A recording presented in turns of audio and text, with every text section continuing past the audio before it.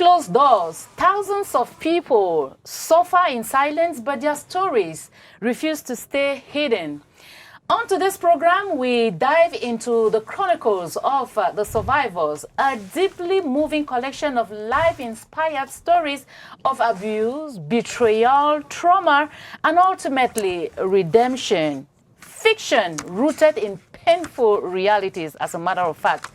Today, let's welcome AZAAH Martina, author of Chronicles of the Survivors, so that together we can discuss why these stories matter, as well as revealing a light on those who refuse to let pain define them. You're so much very welcome to this program, AZAAH Martina. Thank you very much, Susie, and thank you for having me on your set. I'm honored to be here. Thank you.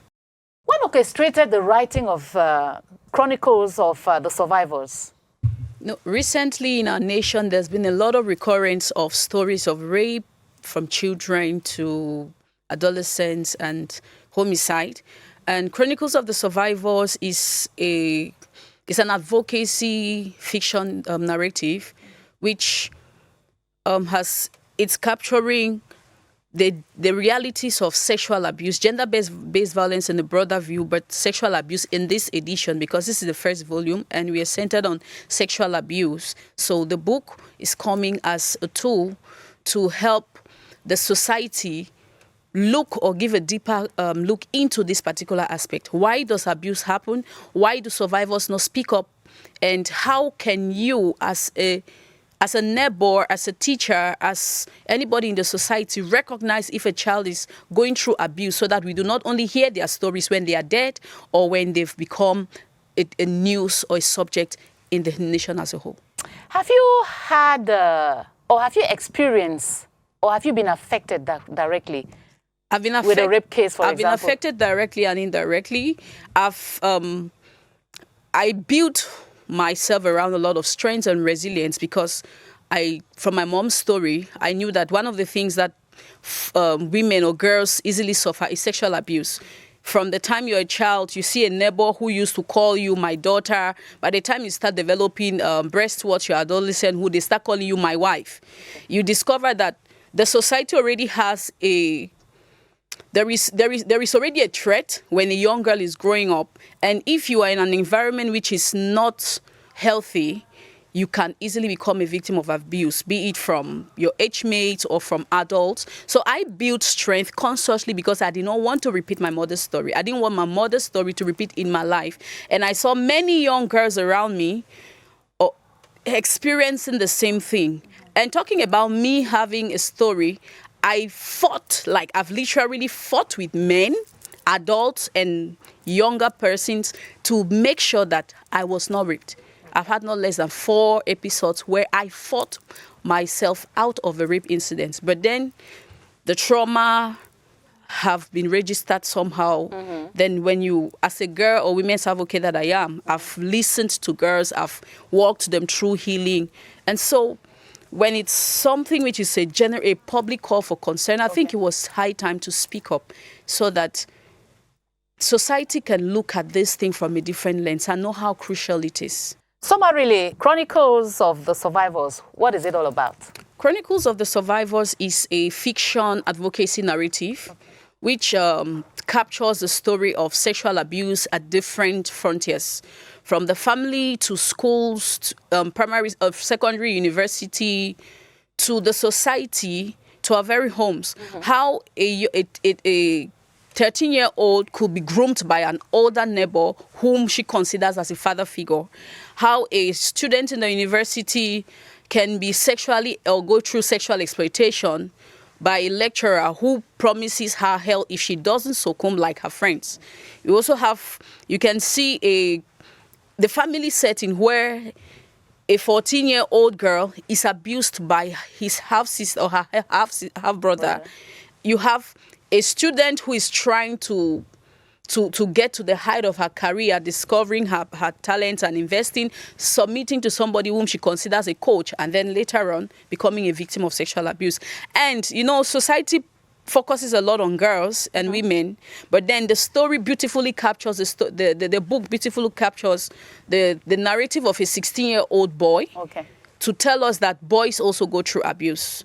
So a 16-year-old boy who is abused by his older cousin, and the picture he paints to society or paints to the family is that he's helping the young man, is coaching him or grooming him to become a responsible adult, sponsoring his desire for sports. But behind the scenes, after every evening, he sexually exploits him. Wow, there's just so much in the book that you get to learn, but you need to grab yourself a copy and read.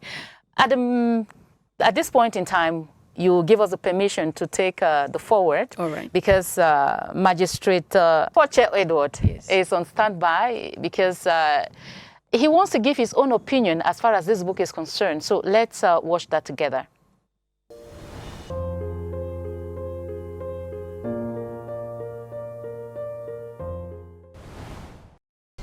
We all know that some books entertain while others educate. But once in a while there comes along a book that steps out from the crowd in that it awakens the conscience of an entire generation. One of such books is Chronicles of the Survivors, From Shadows to Radiance. This powerful book takes readers beyond headlines and statistics into the hidden world of survivors of sexual assault and gender-based violence.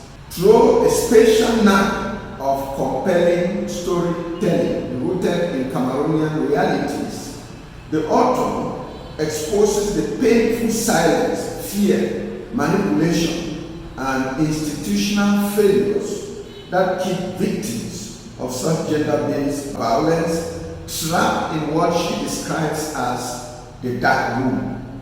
Yet, this book is not a story of despair. It is a story of courage, healing, and resilience that takes the victims out of such despair. What makes this book exceptional is that it speaks not only to the victims or survivors, but to parents, teachers, pastors, lawyers, magistrates, and social workers, and every other person who may have a role to play when it comes to defending or protecting the vulnerable. This book challenges every reader from being a passive observer to becoming an active defender of human rights and dignity.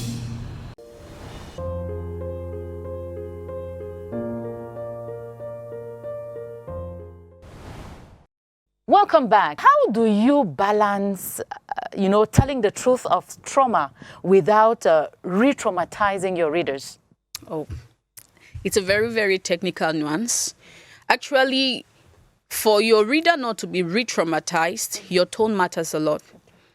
The book particularly tried to not make the pictures or the image very graphic, telling the story without really getting into the details of how the incident happens, because people experience abuse in different ways. But then we give a summary of maybe your scenario could be captured. Yours was a teacher, yours was by a family adult, a neighbor, or whatever the scenario was, without painting how you went through your pain. Mm-hmm. Because when you bring a person through the pain they've experienced, it's like you said, it can re-traumatize them. So how we try to avoid that is ensuring that we did not paint graphically how all of these incidents happened, but then we just had to narrate with keenness, but not also leaving out the reality of the actual incident. So there was really a technicality in managing that particular aspect. Okay, now I was particularly drawn by the story of your protagonist, Manda, Okay. because this is a young lady who was raped by the uncle. Yes. And in the house where the mother lives, what actually caused her not to speak out when she was raped, like for 3 consecutive years? Okay. I would like to take you back to the fact that Chronicles of the Survivors is written in 2 parts. Okay. The first part is tagged Caged in the Dark Room, and the second part is A Maze of Justice. And Caged in the Dark Room highlights how survivors or victims of abuse are trapped in fear, in shame, in victim blaming, and all of that. So they live in a cage in their mind where they are unable to speak up because, now getting to your question, the perpetrator has a tool. They have a weapon they use to make sure that the victims do not speak up. Now, if you hear I keep using victim survivor, but I'll explain later. Yeah. So, but permit me at this moment use the word victim so that the victim doesn't speak up. Now, they use fear. You know, abuse starts in most cases when people are really tender, though there are different forms of abuse that happen to older women and girls. But a child who is 13 years and is vulnerable, her family or her mother, whom she loves so much, is dependent on an adult who is taking care of her taking care of the feeding, the bills and everything. Already she's emotionally and psychologically indebted to that human. So once that person presents to her vulnerability outside his covering or outside the bills and everything, already she does not want that to happen. Okay. So most often perpetrators tell you either you go to the streets, nobody will believe what you say, they respect me. Yes.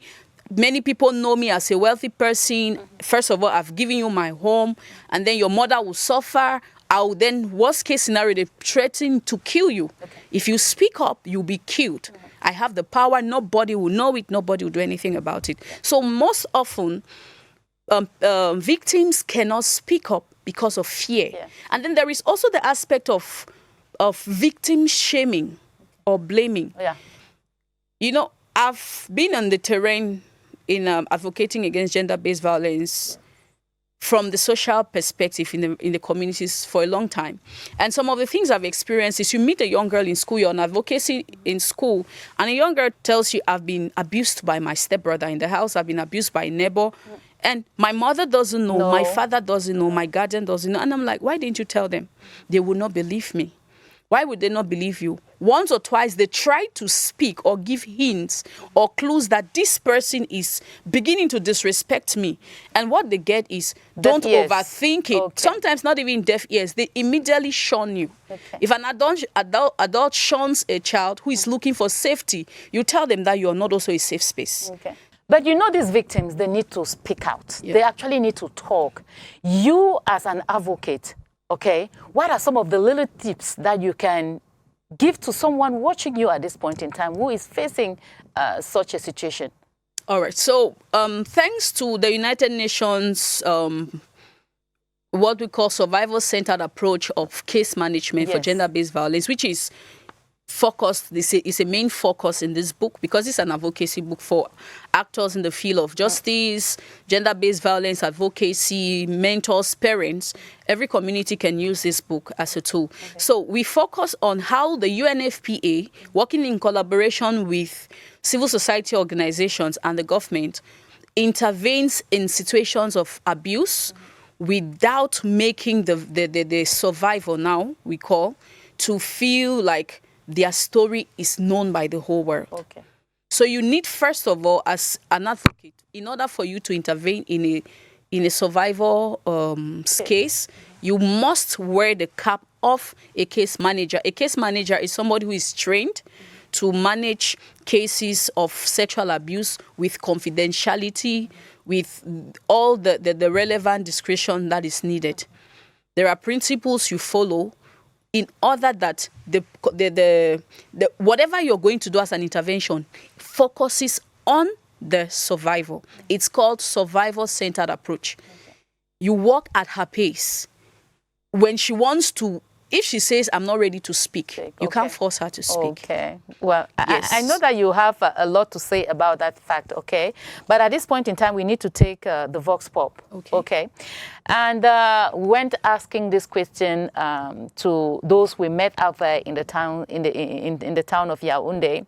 We wanted to find out from them, why do they think rape victims don't speak out? Okay. And you'll be surprised at what they say. Let's watch.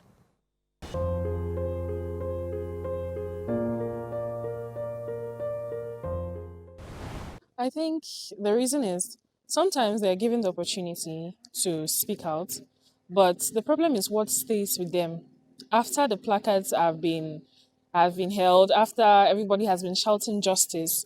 They feel like the shame remains with them. Anybody can easily point out if a girl has been violated, but they cannot point out the person who violated her with the same fervency. So she's scared that she will not be readmitted in the society the way she was before it came out. She's afraid that when she goes to school, her workplace, or even tries to get into a relationship, everybody will know her as the victim. So sometimes it's not because they don't have the opportunity to speak up, but they are scared of what remains after that. The whispers in the society that tag her the victim instead of a survivor. I think they don't speak out because they are afraid of what the society will say. They think maybe they will look down on them, maybe they might not have certain opportunities and things like that. Rape victims don't speak out because of stigmatization. At times, they might feel that if they talk, they will not be wanted in the society. Maybe they'll be isolated. And at times, they think if they talk, they might not have the type of husband they were supposed to have.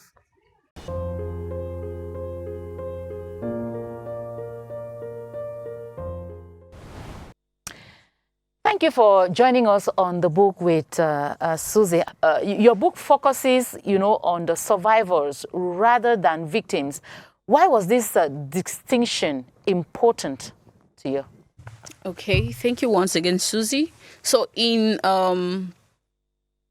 policy evolution, the term victim was denounced some years back in the international scene, especially addressing to those who have experienced violence. Before, there was the use of the term victim, but there's a shift from not allowing those who have experienced pain be defined by their pain, but rather to have a focus that their pain does not define their life entirely, but then they can become heroes even from the stories of their pain.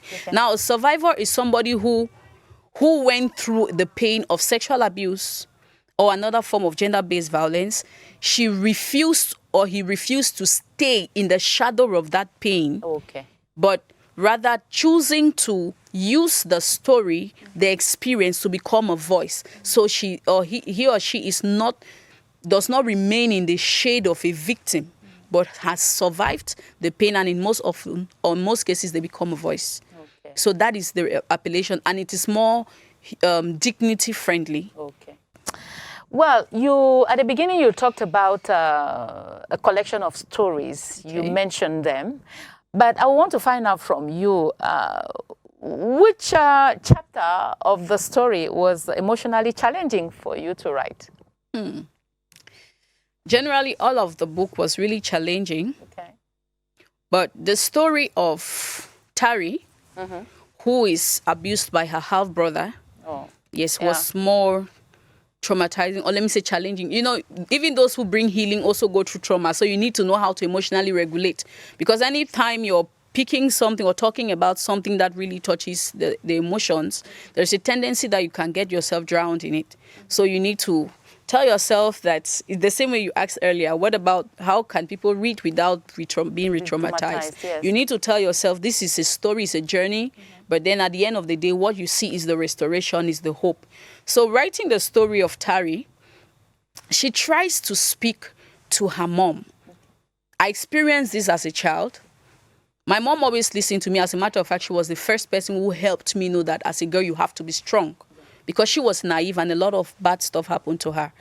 And I'm like, okay, rewriting that story on the other in the other hand. So I remember growing up in a neighborhood, and when I started getting to adolescence, you hear comments from neighbors. They call your maybe physical features developing all kinds of really, really annoying names. Okay. Sometimes you want to speak, but you don't know what to speak. So that particular aspect helped me it helped me to be able to build a consciousness that you don't have to stay in a particular frame if you want to be another thing. Okay. Yes. Wow. So Tari's mom did not listen to her, and so she kept shunning her each time she said the way the brother is talking about her body, call her breast tangerine, mangoes, and all of that. And at a point, she says, it's okay, don't disrupt the family. But the time finally Tari gets abused, she could not tell her mother because she did not believe her mother would hear her. Okay. And it led to her becoming traumatized to an extent that she lost her speech. Oh, that is really, really traumatizing. But I'm very sure that at the end, solution was found. Yes. Well, we're going to take On the Shelf right now. And of course, we are asking Mabel Foncham. She has been our resource person on this segment of the program. And she's a Liberian expert. So we are finding from her today, Mabel, you know, many people worry that artificial intelligence could replace Liberians. What do you respond to that concern, you being a Liberian expert?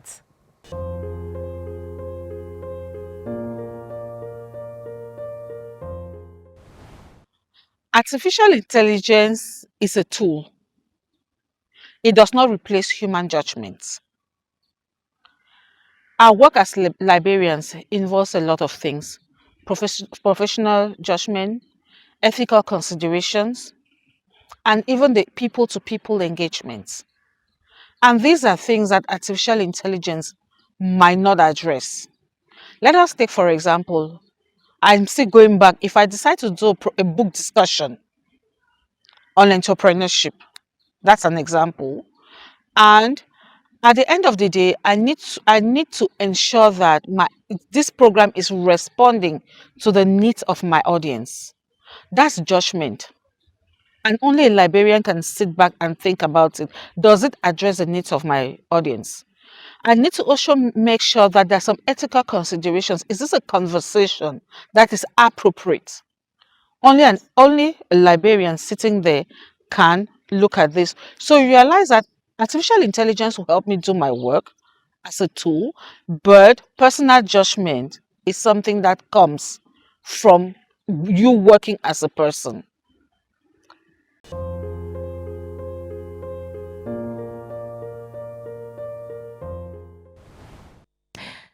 Thank you. We're going to be rounding off in, let's say, 2 minutes or so. What is next for you?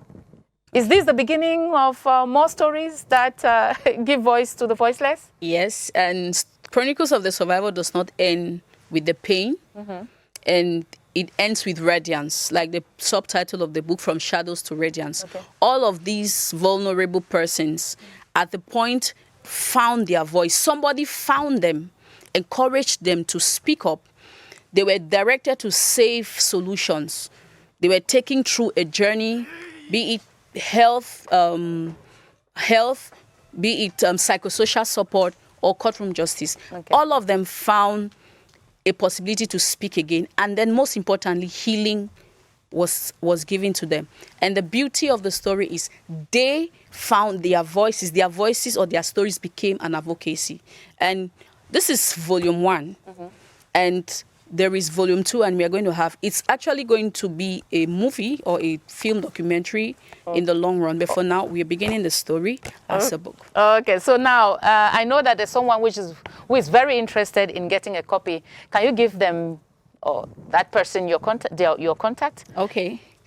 676 55 7306. Come again. 676 55 7306. Or if you have an orange contact, you can call 686 211 922. 686 211 922.